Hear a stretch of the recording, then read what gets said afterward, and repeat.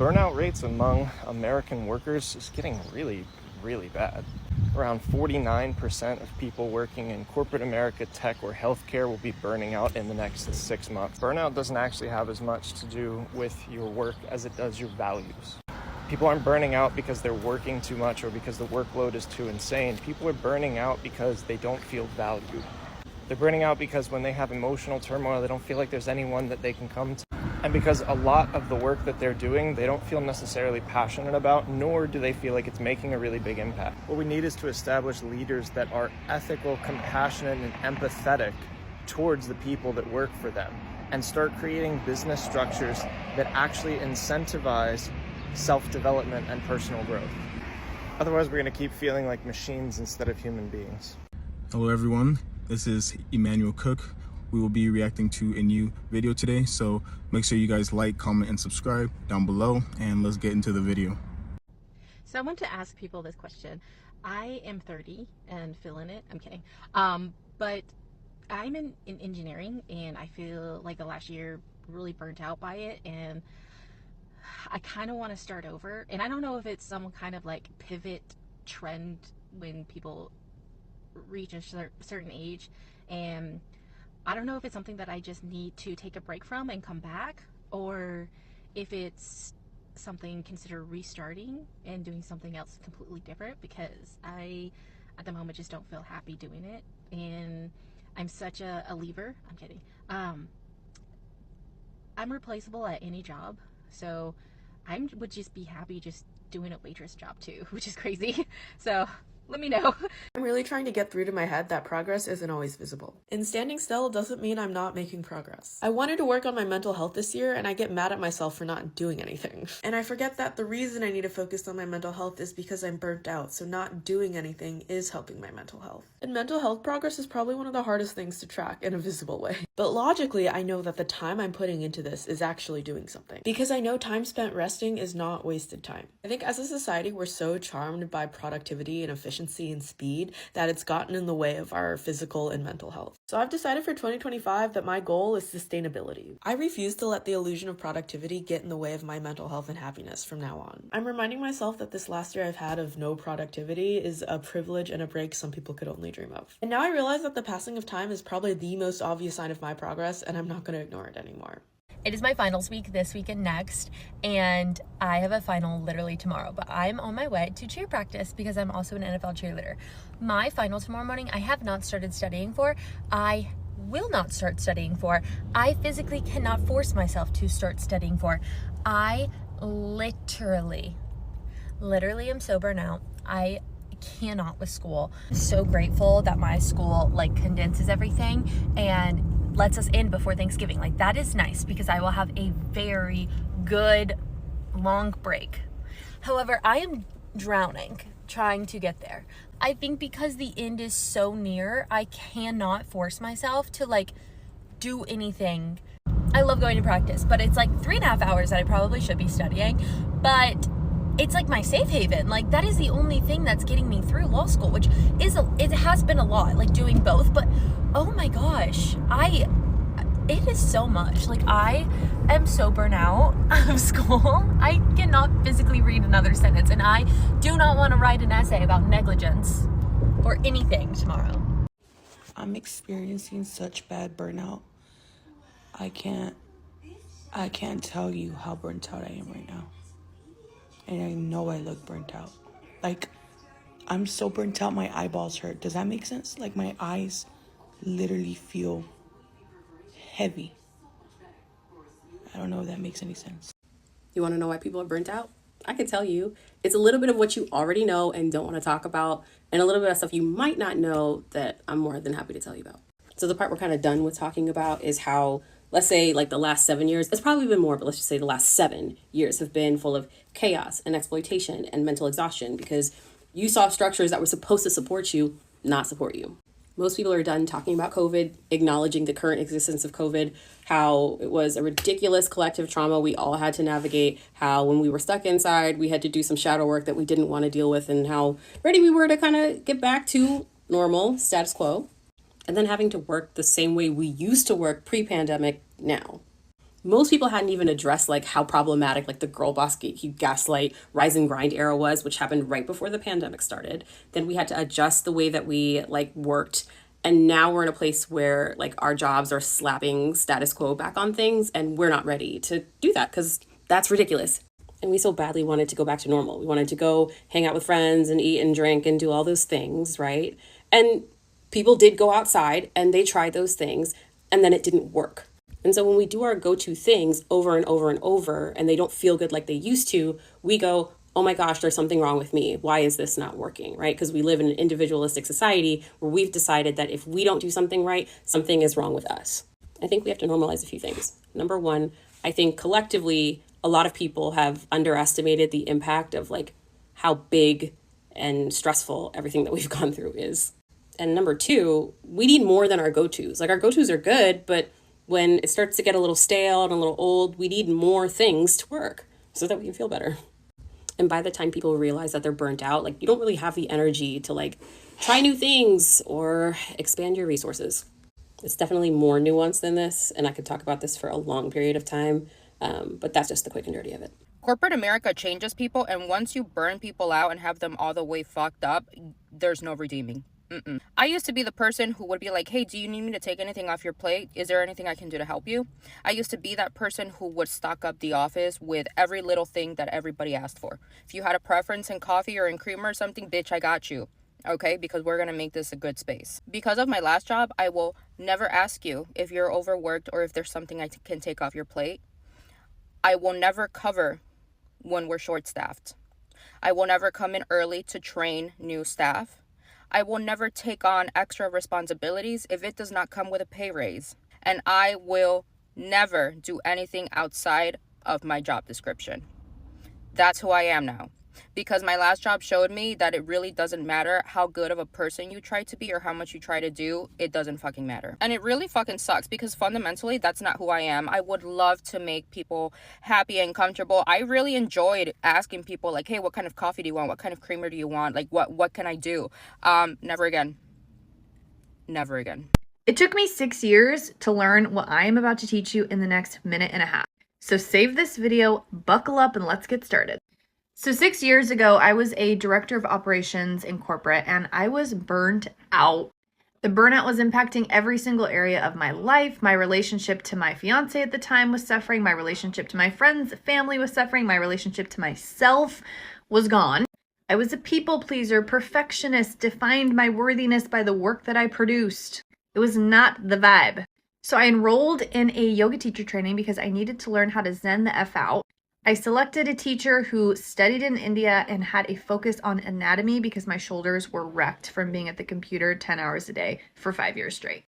Little did I know that she specialized in heart opening. And when I learned that, I was pretty scared because I had zero connection to my heart. And if we're being honest, which we are, I kind of thought being a heart person was a weakness. I was a corporate badass and I didn't need to open my heart for anybody. I did the 200-hour yoga teacher training, then I did the 300-hour yoga teacher training, then I did an ambassadorship for the school, then I co-led the teacher training. I literally went deep in and studied this shit for 6 years, and here's what I learned. When you are in alignment with your heart and with your true self, the misalignments in your life will be so freaking clear, and you will have the knowledge and the power to stay the path that leads to alignment. And this is what took me 6 years to learn. You will not hear your heart. You will not be in alignment with your highest self if you are so stressed out that you can't hear her whispering. Because she whispers and she nudges, and then when we don't listen, she throws a brick at you and you're suffering and burnt out. Don't wait until you're burnt out to start listening to your heart. When I started listening to my heart and learning how to regulate my body, I skyrocketed in my career. I got promoted to the vice president of the company, and I did that for a few years, and then I left to start my own business. And now I love my life. I love the work that I do. And it never would have happened had I not connected to this girl right here. So if there's one thing I can say that will transform your life starting today, it's to start listening to your heart. And the way that you got to do that is by quieting the stress, quieting the fear, quieting the worry. And if you need help doing that, just let me know. If you're making 100K, 150, 200K in corporate and you hit burnout, you know the guilt that comes with that. You know what it feels like to have everyone looking at you telling you what an amazing career you've built, but you feel like you're gonna die on the inside. You know what it feels like to constantly be questioning, am I worth this salary? Am I good enough to have this? And you know the vicious inner critic cycle that can happen. Don't get me wrong, burnout impacts everybody. And I do think there's something unique about when we have established a high level career, we're making great money, and we still feel burnt out. We start to really question ourselves. It can lead us feeling like we're weak. And I just want to tell you that that's not the case.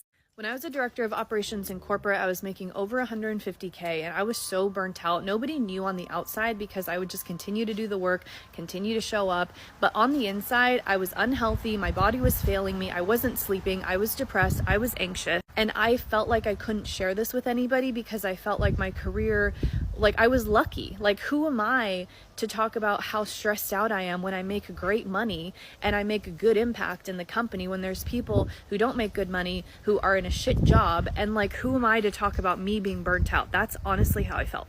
If you're feeling that way, put "that's me" in the comment. And I just want you to know that the more that you keep this under the surface, the more it will actually impact you in a negative way. There is a way to overcome burnout and still stay in the same job if that's right for you.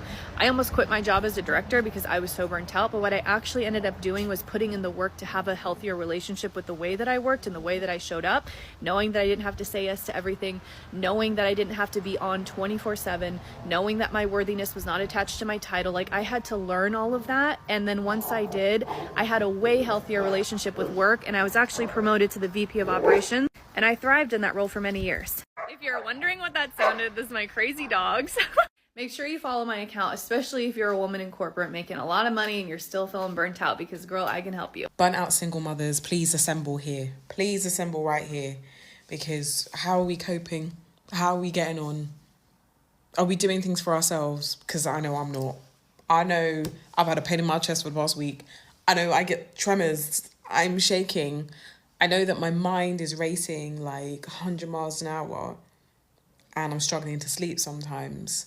I know I get irritated and frustrated at the smallest of things because I just feel like I haven't got a moment to just breathe and just chill.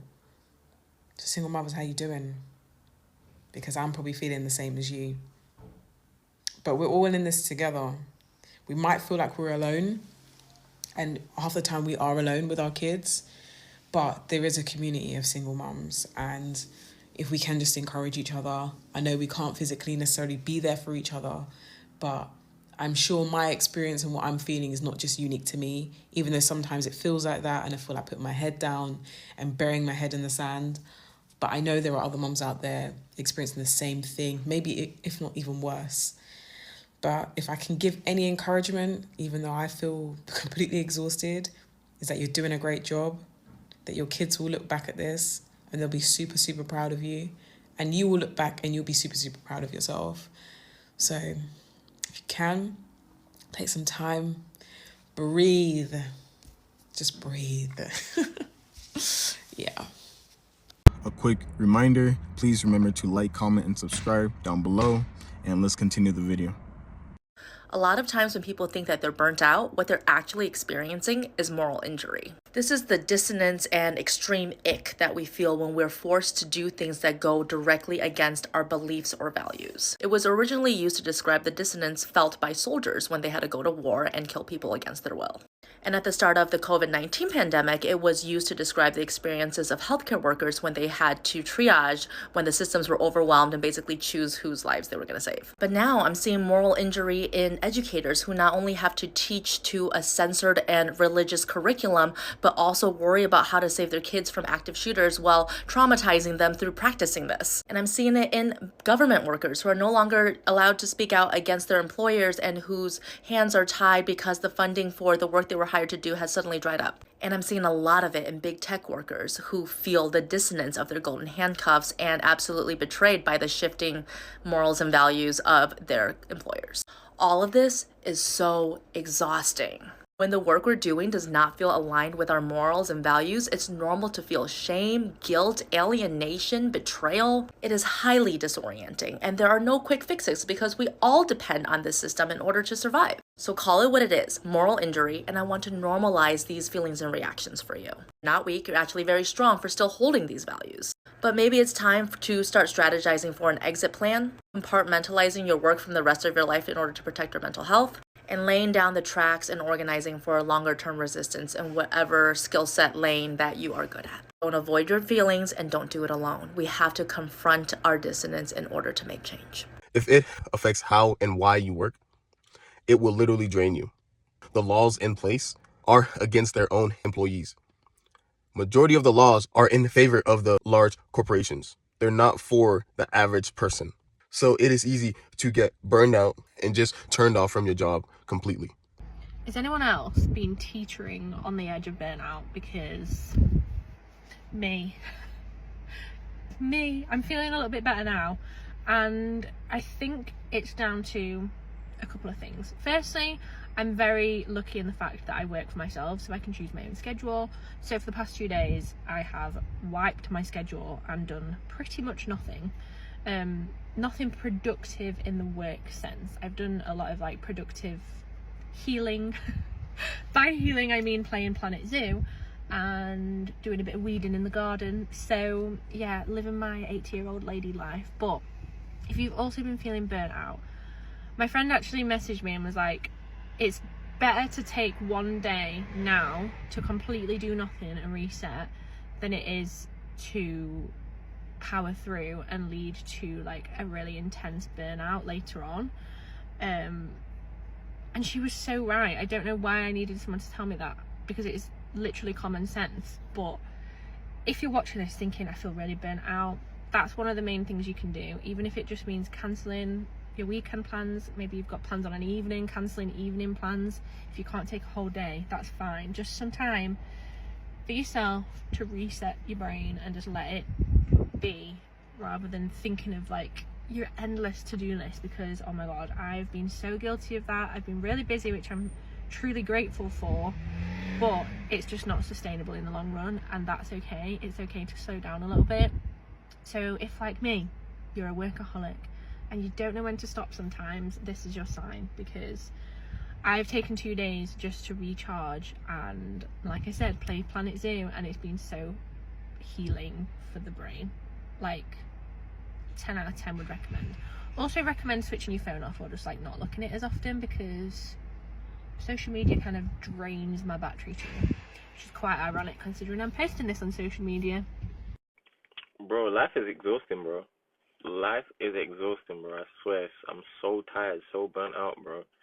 And the thing is, the year just started. But the thing is, when you've been working and you didn't wait till January 1st to start your new resolution, you basically will start from a year before.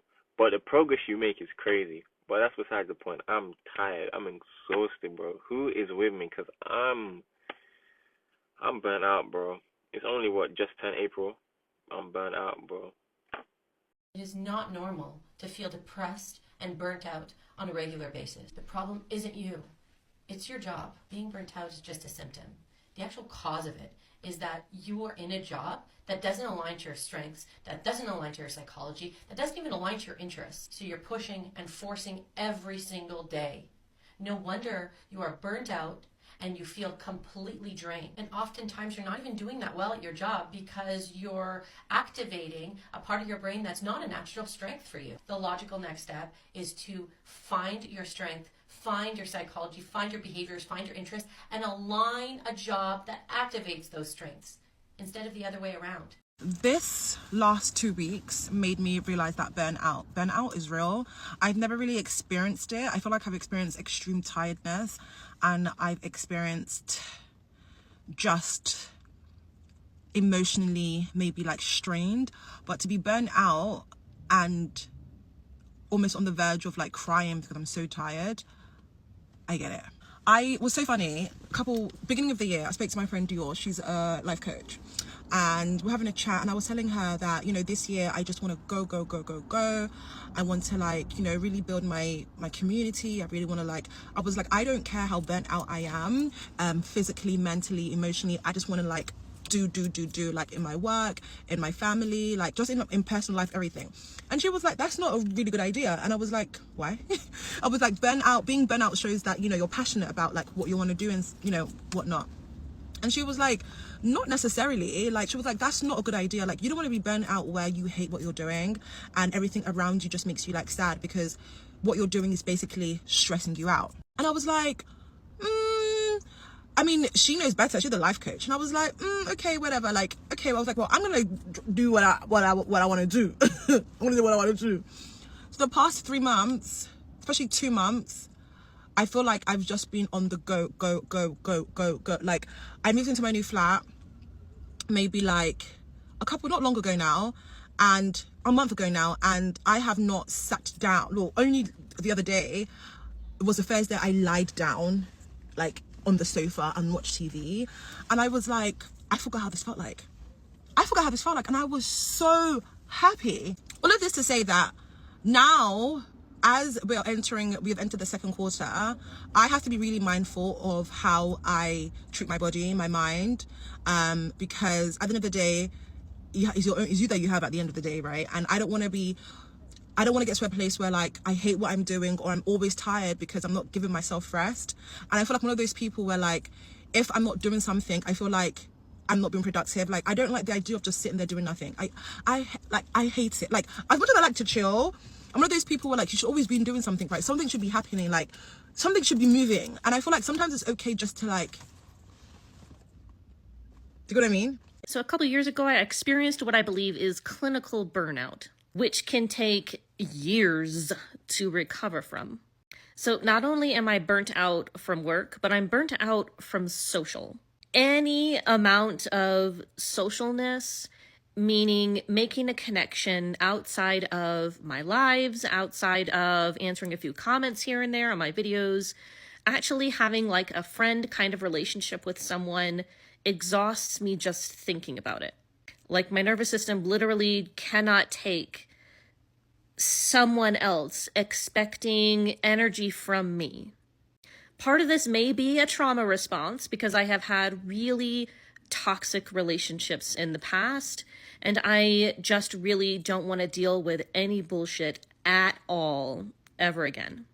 But now I'm at the point where I'm realizing now I have no idea how to even formulate a healthy friendship because I only know the toxic ones that are just incredibly demanding of my time, want me to answer messages and calls immediately. They're offended when I don't want to hang out with them because I'm tired or I have other plans or I have to work. I just don't have any energy to navigate that. I used to feel really self-conscious about not having friends, but now that I've really come into myself and accepted the fact that my nervous system needs this absence of people in my life, I really do not give an F about it. I feel like maybe in 2 years' time, I may be ready to have some kind of connection like that, and I'll figure it out when the time comes. Is there anybody else out there like this? Can y'all let me know in the comments if you exist? I'd just like to know. Obviously, I'm not going to hit you up for friendship. I just want to know if y'all exist so I can feel validated.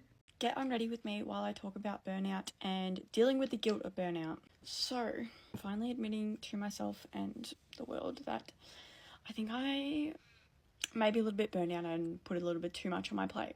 Just for reference, I was working 4 jobs and I've just started uni and also trying to build my social media. I haven't really been posting. I've been posting, but it's not stuff that I'm like proud of in kind of any way. Besides the point, I didn't even get ready today, so I don't even know what I'm getting on ready for. I've gone back to uni and honestly, I've been just finding it so hard to do anything, not just uni. Like, I come home from my shift at work and I just feel absolutely exhausted, and making this a point because I never really used to feel like this, but that's why I'm like burnout, right? Anyway, I feel like that's fine, you know, realizing that you might be doing too much. Like, honestly, for years I was probably doing way too much, but I had the energy. But now I'm at a point where I am procrastinating everything and I can't like function. I feel the guilt of it worse than anything. Like, the guilt of me, you know, not working on uni, not working on my socials, not being at work hurts me so much more than like the actual burnout. Maybe that's part of burnout. I don't know. Someone let me know. Like, I worked today, 5 a.m. to 12. I finished at 12. Tell me why. I've looked like this all day. Like, I just can't be fucked. Like, I've got a whole list of things that I want to do. It's a full moon tonight, and I want to be, like, in my positive energy and, like, manifesting my dream life. Like, I'm still intense, I'm still there, but I can't be fucked. If anyone has any tips for burnout and managing the guilt mainly, like, how do people not feel guilty for just doing nothing? I can't. Like, my parents are like, oh, Ruby, you're so stressed. Go watch a movie. I watch a movie and then I'm like, I'm bored. Or I need to do something. And then I just end up, like, walking around my room in circles because I'm like, okay, like, I can't be fucked to do anything. But also, I need to do something. Holy crap. So, tips and recommendations. ASAP. Is it me or am I the only person that feels like this? So, I am a natural overachiever. And I'm a natural hard worker, and I like being a workaholic in some cases. But one thing that I've noticed is that I get burnt out quick, and it's not burnt out as in I'm working a lot. It's burnt out on this job no longer challenges me, so this job no longer interests me, so this job is now boring. Now it's just like, oh, this is the worst job ever. Like, and that's what every job, like every job that I've worked, I feel like I've climbed the highest that you could possibly climb within the time frame that I've been there, and or position wise, like because sometimes different positions and the length you've been there can result to different like responsibilities in a sense. But I feel like because I'm a natural hard worker, I'm a natural overachiever, I just catch on quick. I'm an extremely fast learner when it comes to working. I feel like I get burnt out quick, and then it leads to me being like, dang, what's next? And again, I like it because it pushes me to become better. But then again, I don't like it because I find myself being burnt out easily. And always having a feeling of being burnt out or not liking a job is not it's not fun. Like, obviously everyone's working because they have to work. I don't think no one's really working because they want to work. So it's like knowing that you have to work a job to maintain your lifestyle or responsibilities, whatever the case may be in your life, it becomes draining, like to the point where it gets depressing, like, oh, here we go again, same thing.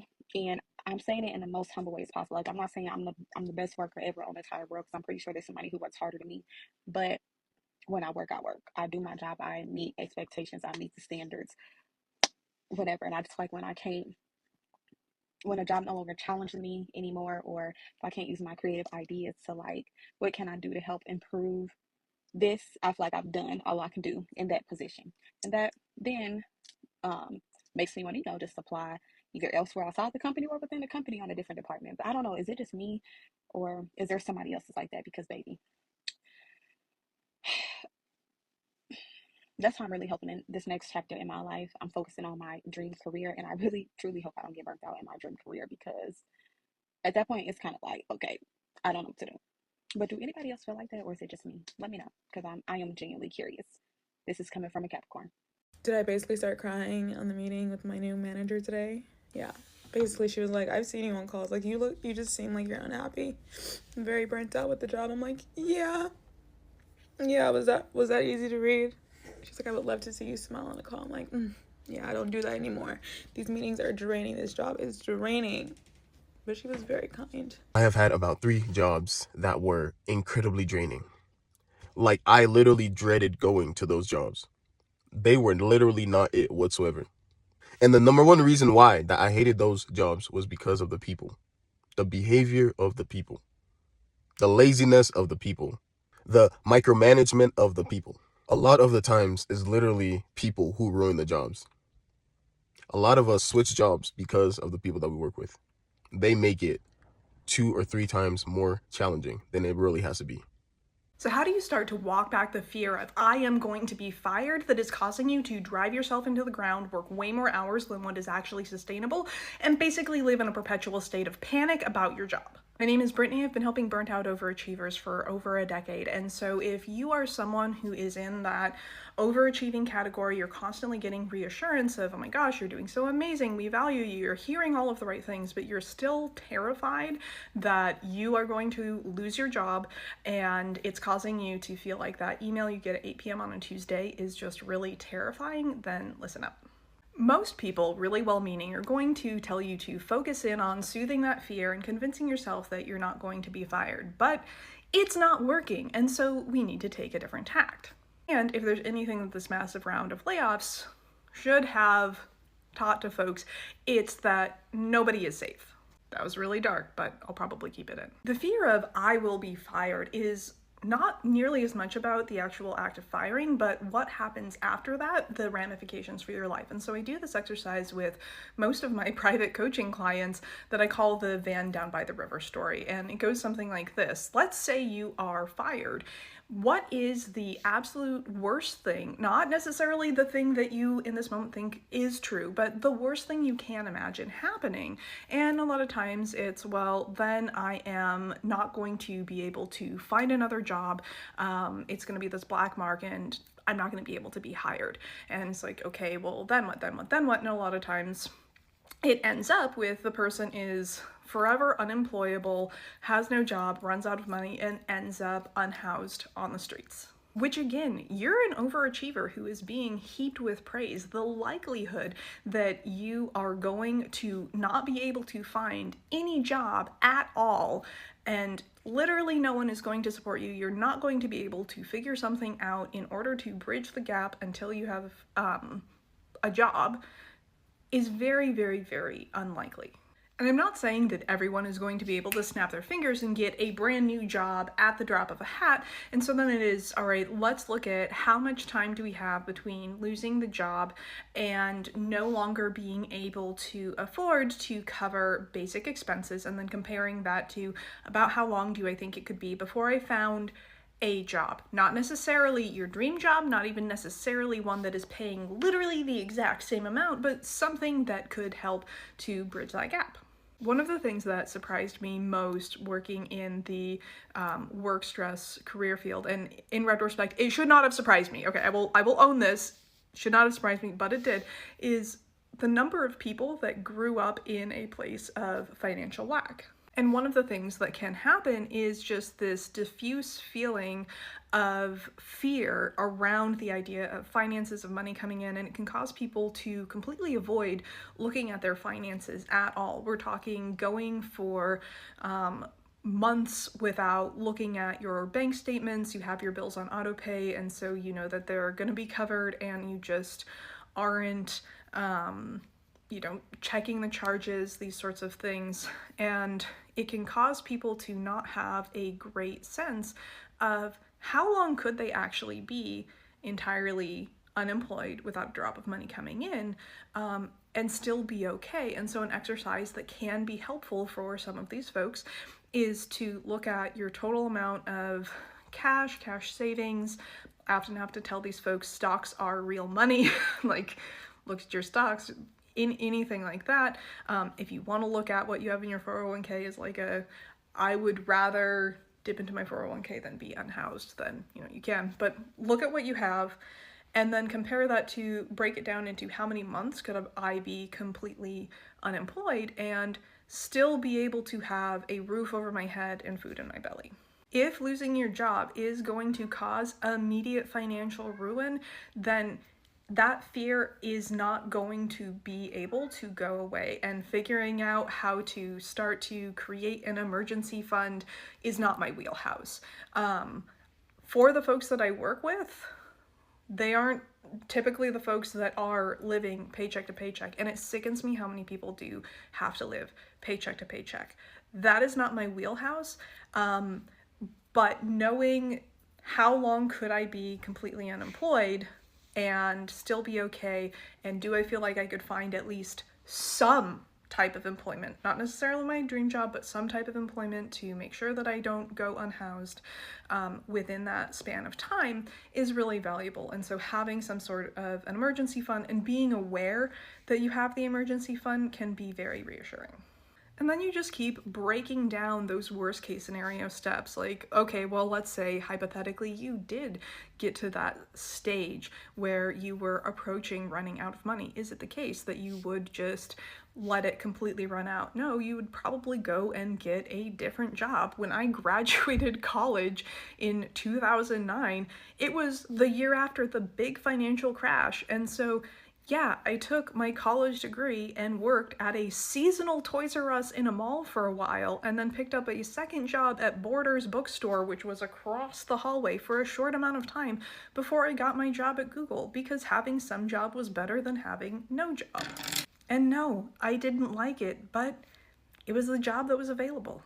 Other things that can be helpful are thinking about folks that you have worked with in the past and had a really good working relationship with, peers, leaders, former managers who have moved to different parts of the org or different companies, and maybe thinking about shooting them a line, seeing if they want to grab a 30-minute e-coffee, just so that you know that if you do lose this job, you do have connections in another place, and frankly, maybe they know of an even better role that you might want to consider even now. And paying attention to the skills that you are building in this current role and have built over the years that would be transferable to other roles. So really starting to appreciate, wow, I bring a lot to the table, and you already have some ideas of how you would pitch yourself to future employers, or build something of your own if you were let go from this company.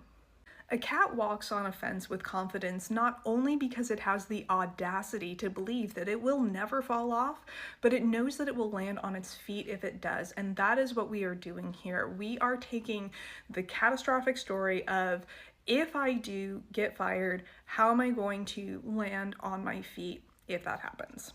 If you like this video, be sure to give me a follow and let me know in the comments, what are some success stories you've seen from people being fired? I appreciate you guys watching the video today. Please make sure to like, comment, and subscribe down below, and I'll see you guys in the next video.